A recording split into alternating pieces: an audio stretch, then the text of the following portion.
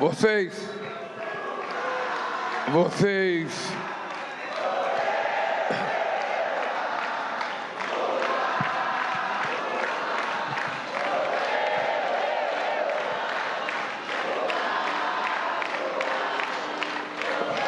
Hoje,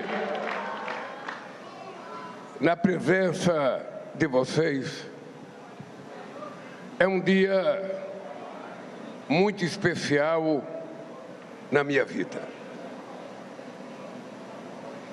Eu digo para os meus ministros, para minhas ministras e para as pessoas que me visitam, que eu vivo o melhor momento da minha passagem pelo planeta Terra aos 80 anos de idade.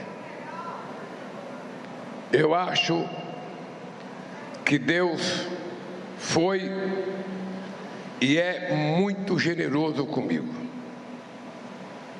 Eu sempre penso aonde eu nasci, como cresci e como cheguei até aqui.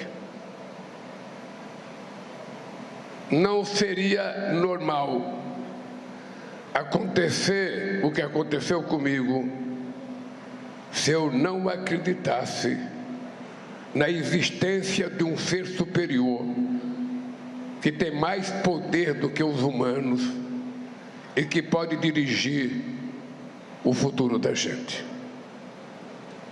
Esse país já teve muitos presidentes da República, muitos. Desde o primeiro, quando foi proclamado a República, Marechal Deodoro da Fonseca, até o último presidente que teve esse país. E que vocês, prefeitos, vocês, cientistas políticos, vocês, professores universitários, vocês, trabalhadores e sindicalistas, podem fazer uma investigação na história desse país para saber, em todos esses anos que nós tivemos tantos presidentes, quais foram os presidentes que tiveram a disposição de fazer políticas de inclusão social, reparando para aquelas pessoas que nasceram sem oportunidades e que, se a gente não olha para elas, elas morrerão sem oportunidade.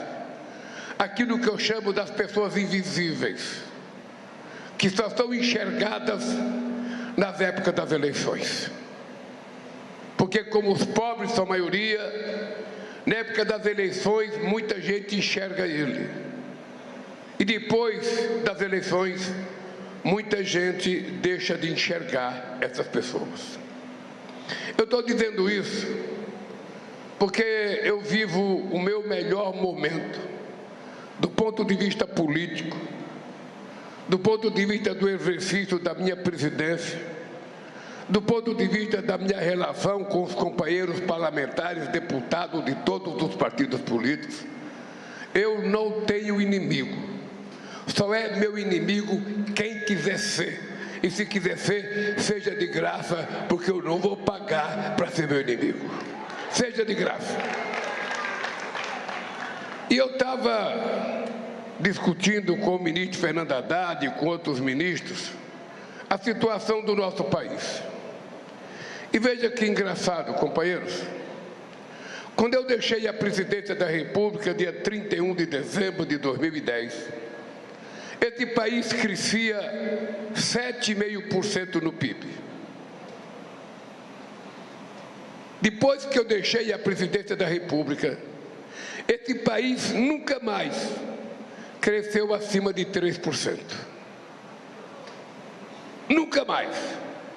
Esse país só foi crescer acima de 3% quando eu voltei a ser presidente da República em 2023, cresceu em 2024, cresceu em 2025 e vai crescer em 2026. Porque em política econômica não tem mágica. A gente não inventa o que fazer. A gente faz aquilo que é real fazer. E por isso vocês se lembram que na minha campanha eu dizia, para que uma política econômica dê certo, é preciso que você tenha estabilidade fiscal, é preciso que você tenha estabilidade econômica, é preciso que você tenha estabilidade social, é preciso que você tenha estabilidade jurídica e é preciso que você tenha previsibilidade para as coisas acontecer. O país é muito poderoso, mas o país é muito desigual. Fazer uma ponte dá mais visibilidade para alguns políticos do que atender uma pessoa que está morrendo na calçada. Fazer um viaduto dá mais visibilidade política do que fazer um programa para cuidar das pessoas mais pobres. E o que é que nós conseguimos nesse período? Depois de tudo aquilo que o companheiro Rui Costa falou, depois de tudo que ele falou, nós resolvemos reconstruir esse país. E em janeiro, a previsão dos nossos adversários, ou das pessoas que não acreditavam que a gente fosse fazer as coisas, diziam que o Brasil estava incontrolável. A inflação estava alta, o dólar estava alto e que a gente não ia conseguir governar esse país. Presta atenção no que aconteceu nesses 3 anos.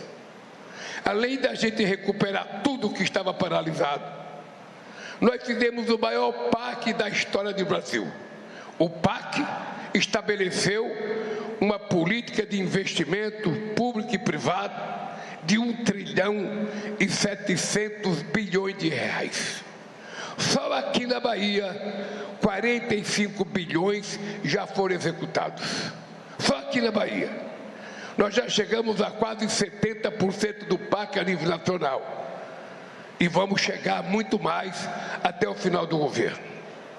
E isso o que fez? Isso fez com que houvesse vontade das pessoas voltarem a acreditar no Brasil. Não sei se você viu a notícia, o companheiro Otto, o companheiro Jerônimo, o companheiro Rico, o companheiro Wagner Padilha. A Bolsa de Valores, pela primeira vez na história, ela subiu 9 semanas seguidas nesse país. Chegou a 186 mil pontos. E só no mês de janeiro, entrou no Brasil 26 bilhões de dólares de investimento, só no mês de janeiro, contra 25 bilhões em todo o ano de 2025. E o que aconteceu nesse país? Eu vou dizer para vocês o que aconteceu. Nós temos o menor desemprego de toda a história do Brasil. Nós temos a maior população econômica ativa da maior história do Brasil.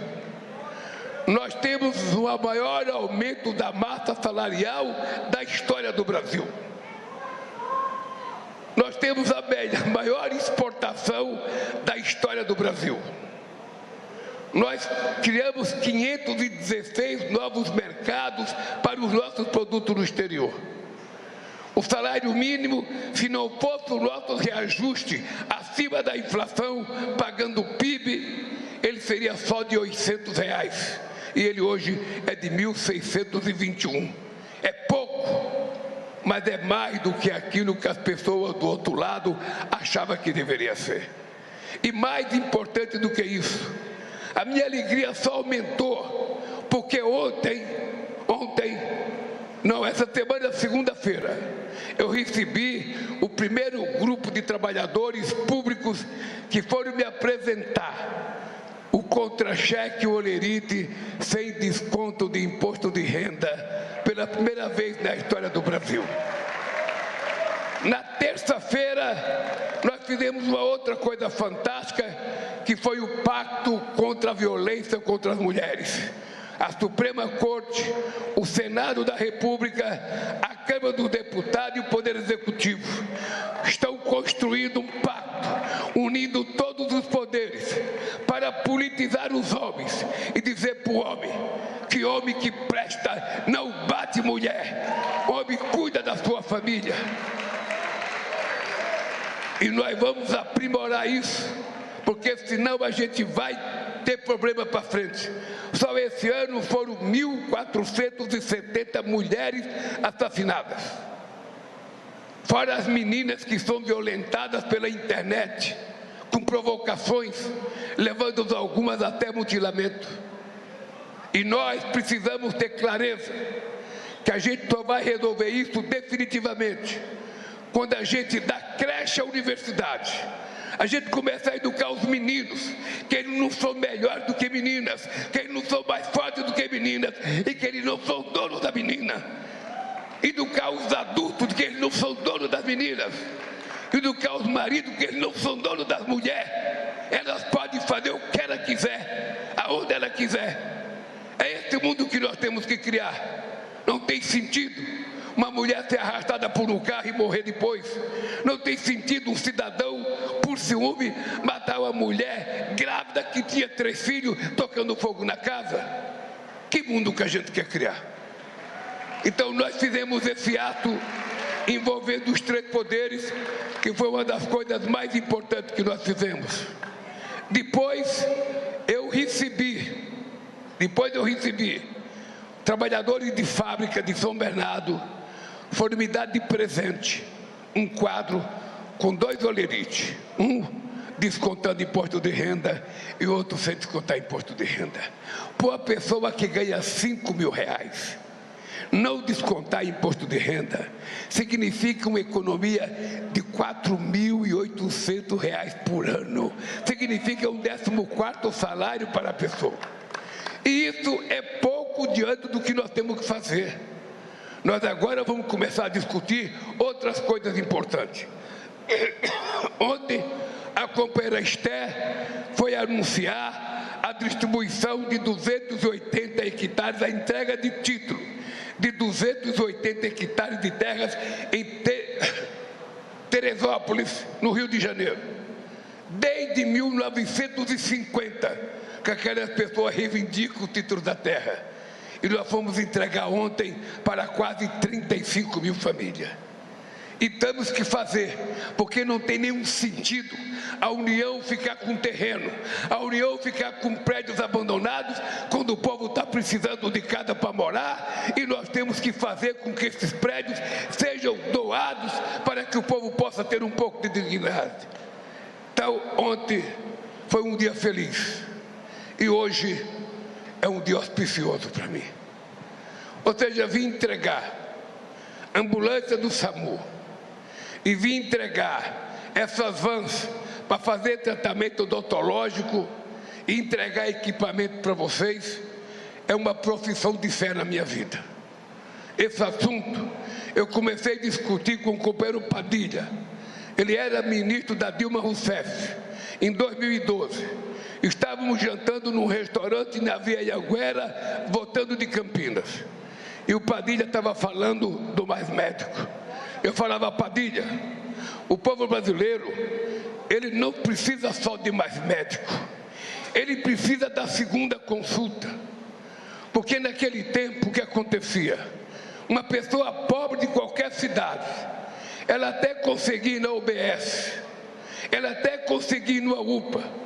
Aí quando o médico consultava ela, falava para ela: olha, você vai ter que procurar um especialista, um médico do coração, um médico da coluna, um médico que é especialista no joelho, um ortopedista, um oftalmologista para ver o seu olho. Aí ele saía do médico que pedia isso, e a secretária falava: olha, só daqui a 11 meses é que vai ter a possibilidade de ser atendida por esse especialista. A pessoa pacientemente ia para casa, pedindo a Deus para não morrer. Depois de 11 meses, ela ia no especialista. Chegava no especialista, o outro é especialista. O outro é especialista, ortopedista. Chegava no especialista, o especialista falava: olha, minha filha, você está com um problema sério na espinha, você está com um problema sério na coluna. Então você tem que fazer uma ressonância magnética, uma tomografia, nessas máquinas sofisticadas que pobre nunca tem acesso. Aí a moça saía com o pedido do especialista para embarcar a consulta na máquina. Aí a moça falava: olha, minha filha, a ressonância magnética só daqui 10 meses. E a pessoa voltava para casa e ficava esperando e sofrendo. Antigamente era remédio. A pessoa pegava o remédio, colocava na cabeceira, a receita, colocava na cabeceira, não tinha dinheiro e morria sem ter o remédio. Nós criamos o farmácia popular e passamos a distribuir 41 remédios de uso contínuo para as pessoas. E as pessoas não morrem mais por falta de remédio, mas as pessoas morrem por falta do especialista. Então, comecei a conversar com Padilha em 2012. Nós estamos consagrando os mais especialistas em 2025. Levou 13 anos para a gente chegar a quase que a perfeição. O que é que nós estamos fazendo? Os analistas econômicos do sistema financeiro vão dizer que nós estamos gastando dinheiro. Eles vão dizer que é gasto. Por que tem que gastar tanto na saúde? Por que tem que fazer ambulância? Por que tem que fazer van para cuidar dos dentes das pessoas? E essa questão do dente, para mim, é uma profissão de fé. Eu, desde 1980, andando por esse país, eu nunca me conformei de participar de manifestações e ver meninas e meninos de 18 anos, de 15 anos, de 20 anos, sem dente na boca. Sem dente na boca, a pessoa fica mais feia, a pessoa não tem vontade de sorrir, a pessoa não tem vontade de conversar, as pessoas não podem comer o amendoim, não podem comer uma castanha, não podem comer uma paca da casa do nosso deputado federal. Não pode. Então que diabo é esse? Em que a saúde bucal não era tratada como uma questão de saúde pública. Ou seja, você trata do corpo inteiro, quando chega na boca, só pode tratar para quem tem dinheiro? Será que o pobre que não teve água tratada, que não teve comida correta, é obrigado a ficar sem dente? Então nós queremos o Brasil sorridente. E eu sonho que haverá um dia em que não haverá no país nenhuma pessoa que deixe de dar um sorriso de vergonha de abrir sua boca, porque o sorriso é a coisa mais bela, é o gesto mais belo que um ser humano pode fazer para o outro, é o sorriso. Então, quando a gente vem entregar esses equipamentos aqui, eu fui com o Padilha numa cidade de Minas Gerais chamada Itabira. Nós fomos a terra do Carlos Drummond de Andrade. É um lugar que tem muito mina de ferro. E nós fomos colocar uma máquina para fazer radioterapia. E eu estava vendo a máquina, eu fiz radioterapia, eu fiz 33 aplicações quando eu tive câncer na garganta. E o médico que estava explicando o que é a máquina falou assim para mim: ô presidente, essa máquina aqui é a mais moderna do mundo. Na sua máquina que você fez em 2012, a gente tinha que ficar preso, deitado numa mesa, parafusado uma placa na cara da gente para que a gente não se mexer e para poder atirar só onde estava o câncer. Mas não pegava só no tumor, pegava em outras partes também. Agora não. Agora essa máquina, ela só pega exatamente no tumor, não pega em lugar nenhum. E eu fiquei muito orgulhoso e falei no meu discurso: se o presidente dos Estados Unidos, se o presidente da China, se o presidente da Rússia, se o presidente do Brasil forem fazer radioterapia, eles vão fazer numa máquina igual o povo pobre da Bahia vai fazer daqui para frente. Essa é a diferença. Essa é a diferença. É dar às pessoas mais humildes o direito de serem cidadãos de primeira categoria. É por isso, companheiros, que nós temos a menor inflação acumulada em 4 anos da história do Brasil. É por isso que nós estamos gerando muito emprego.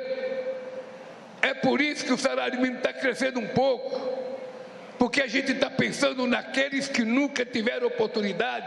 E vocês sabem, na cidade de vocês, antes da gente criar o Bolsa Família, em 2002 ou 2003, as prefeituras, os prefeitos levantavam de manhã com fila de gente na casa deles, para pedir dinheiro para remédio, para pedir dinheiro para comprar comida, para pedir dinheiro de passagem para vir não sei para onde. O Bolsa Família foi um alívio na vida dos prefeitos das cidades pobres desse país. Foi um alívio. Da mesma forma que a saúde agora tem que ser um alívio. Da mesma forma que todas as políticas que nós fizemos tem que ser para garantir que o pobre tenha direito. Todos vocês, prefeitos, sabem quanto que o SUS foi atacado desde que a gente criou o SUS em 2008, em 98, em 88 na Constituinte. O SUS era atacado.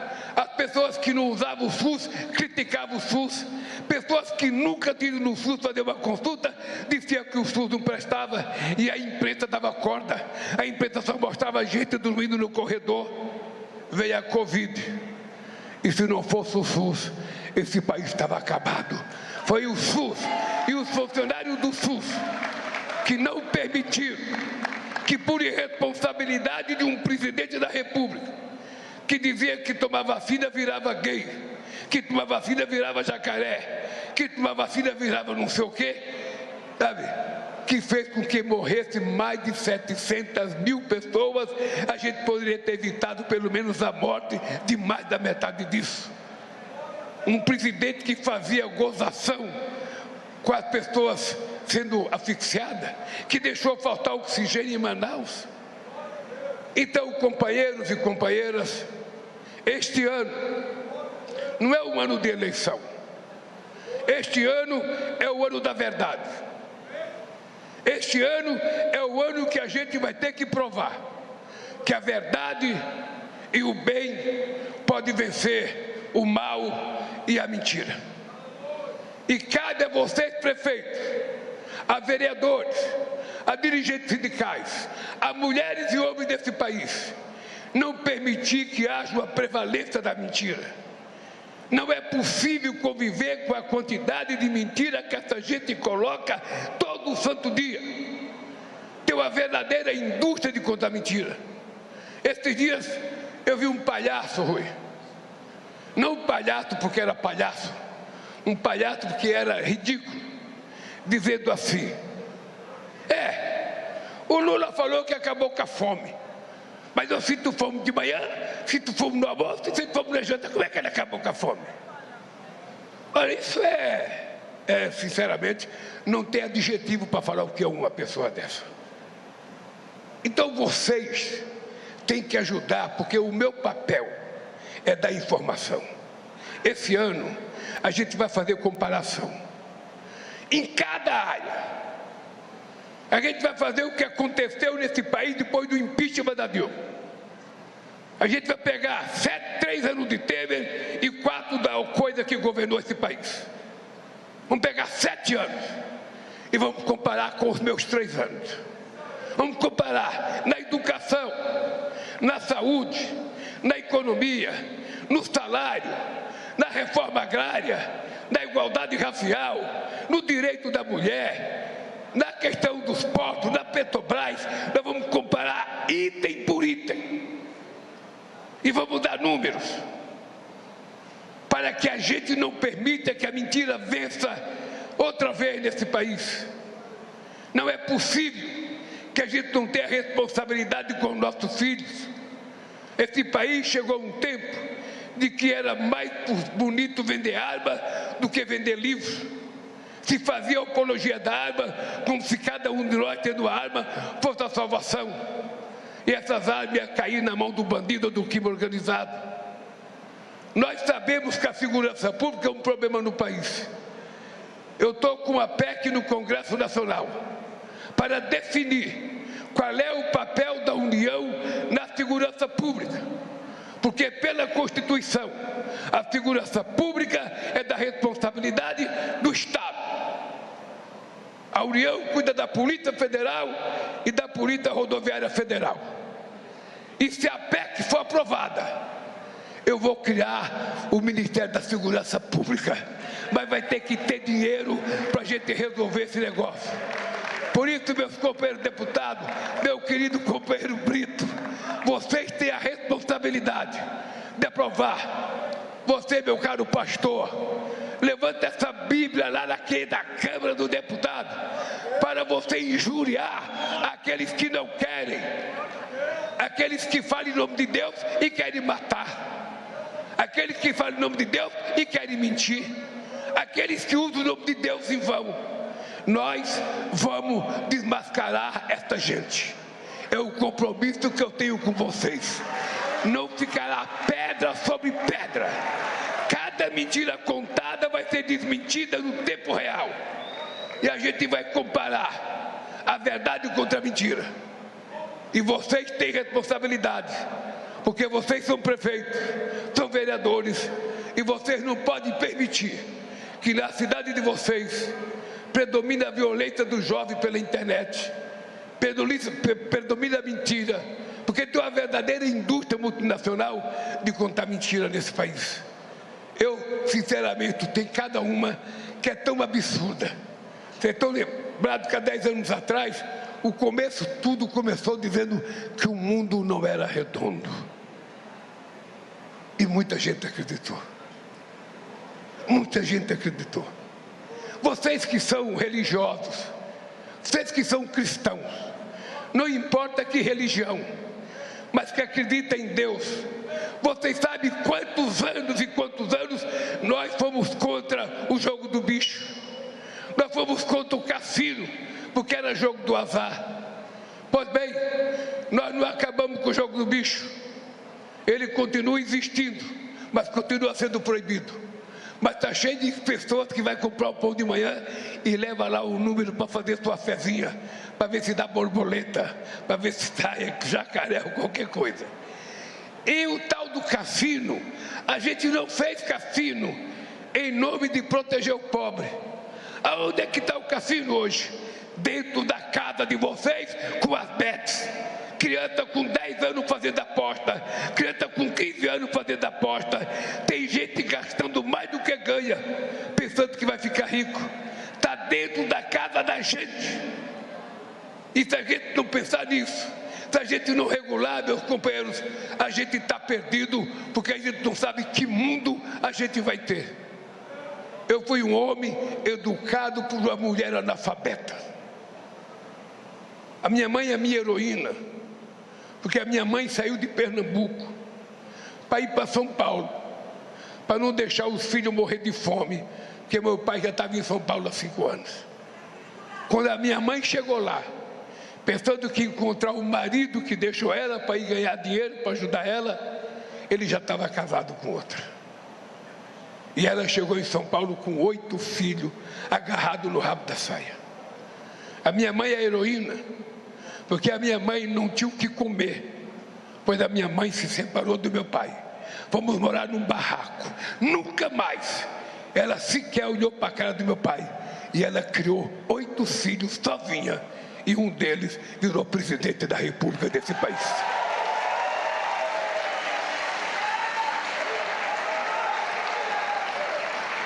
Ô gente, eu conto essa minha história porque é importante, sobretudo, a meninada ouvir.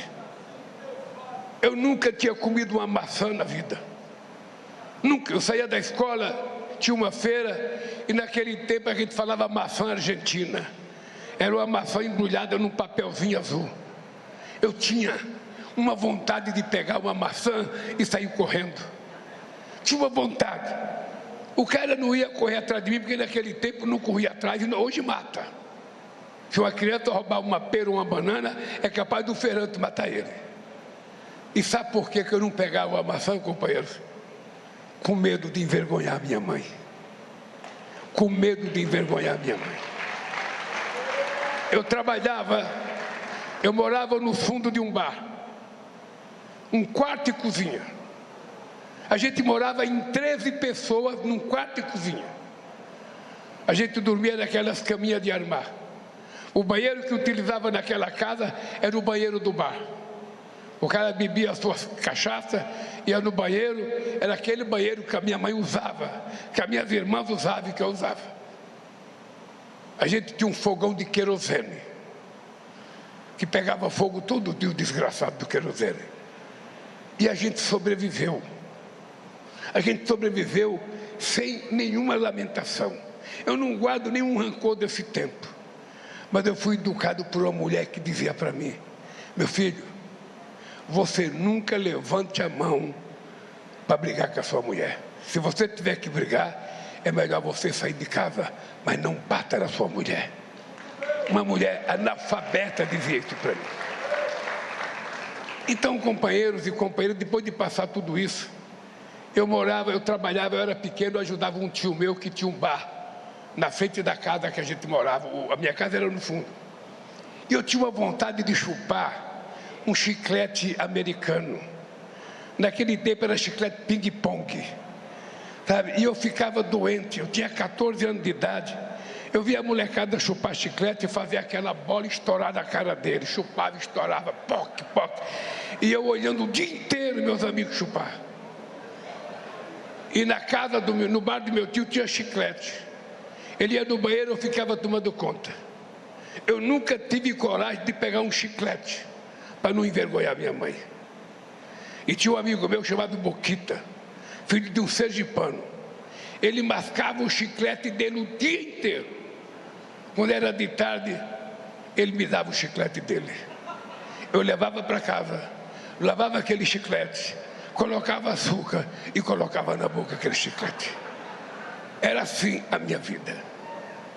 E eu não guardo um rancor de todo esse tempo. Tudo eu acho que Deus quis que fosse assim. Porque isso me deu respeitabilidade. Quando eu fui preso, queriam que eu fizesse um acordo para ir para casa, ficar de tornozeleira. Eu disse: eu não vou fazer acordo. Eu não troco a minha dignidade pela minha liberdade. Eu não coloco tornozeleira porque eu não sou pombo correio. E a minha casa não é prisão. É com essa mesma postura que quando o presidente Trump taxou esse país, que muita gente ficou com medo, agora o mundo vai acabar, eu dizia: vamos ter calma. Vamos ter calma. Primeiro porque um brasileiro não tem que ter medo de alguém que fala grosso. Não tem que ter medo. Sobretudo aqui na Bahia, que vocês são responsáveis pela independência do Brasil. Porque lá gritou, mas aqui quem lutou foi vocês. Então veja, um povo que tem isso não tem que ter medo. Eu agora sou amigo do Trump. Agora estamos aí, toda hora ele fala que nós estamos uma química que foi amor à primeira vista. Sabe por quê, gente? Porque ninguém respeita quem não se respeita. Vocês são prefeito e prefeitas e vocês sabem. Se vocês não se respeitarem, o povo não respeita vocês. Então é preciso vocês se respeitarem. E eu não aprendi isso na universidade. Eu aprendi isso com uma mulher analfabeta, que teve a coragem de criar 8 filhos sozinha. E eu fui o primeiro filho da dona Lindu a tirar o diploma primário. Eu fui o primeiro a ganhar mais que o salário mínimo. Eu fui o primeiro a ter uma geladeira. Eu fui o primeiro a ter um televisor. Eu fui o primeiro a ter um carro. Eu fui o primeiro a ter uma casa. Porque eu fiz um curso técnico. É isso. Quando você pensa que eu falo com orgulho, eu sou o presidente da República que fiz mais universidade na história de 500 anos do Brasil. Eu sou o presidente da República que mais fez escolas técnicas na história do Brasil. Que mais vamos fazer escola de tempo integral. Que mais vamos fazer creche. E tudo isso é porque eu não tive. E como eu não tive, eu quero que o filho do povo pobre tenha aquilo que eu não tive. Porque o diploma de doutor não é para rico, é para quem estuda e é para quem precisa. E o povo brasileiro precisa. Portanto, esse ano, se preparem, que esse ano é o ano da disputa entre a verdade e a mentira. Quem fez e quem não fez. Quem fala a verdade e quem mente. E vamos fazer comparação. E eu quero fazer comparação. Qual foi o presidente da República que mais teve relação com os prefeitos em toda a história do Brasil? Nunca pedi para um prefeito que partido ele é.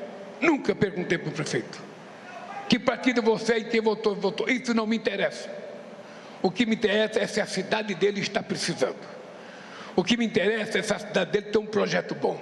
Se tiver, pode ser gordo, pode ser magro, pode ser preto, pode ser branco, pode ser qualquer coisa, pode pertencer a qualquer partido político, pode torcer até para o Bahia, porque aqui eu sou Vitória, mas eu sei como é a maioria. Então, veja, não tem nenhum problema. Não tem nenhum problema, sabe? Porque a minha relação é uma relação humanista. Eu gosto de vocês e respeito vocês, porque vocês, como eu, disputaram uma eleição e tiveram voto. E se vocês ganharem, merecem o meu respeito como presidente da República, e eu vou tratar vocês com a decência que vocês merecem. Isso vale para as mulheres e para os homens. Vale para os meus e para os que não são meus. O que é importante é que o povo se sinta condecorado e homenageado por vocês. Por isso hoje é um dia muito feliz. Saber que essas ambulâncias vão chegar. Saber que essas vans odontológicas vão chegar. Saber que vai chegar a 10 mil, aqui na Bahia quantos mil equipamentos? 10 mil equipamentos para modernizar, para a pessoa ter acesso a coisa que nunca pensaram ter, cara. Vocês vão ver que maravilha, uma pessoa tratar um dente. Uma van vai aonde ele está, vai tratar dele, vai escanear a boca dele, vai fazer o molde e vai levar e vai entregar uma dentadura de qualidade.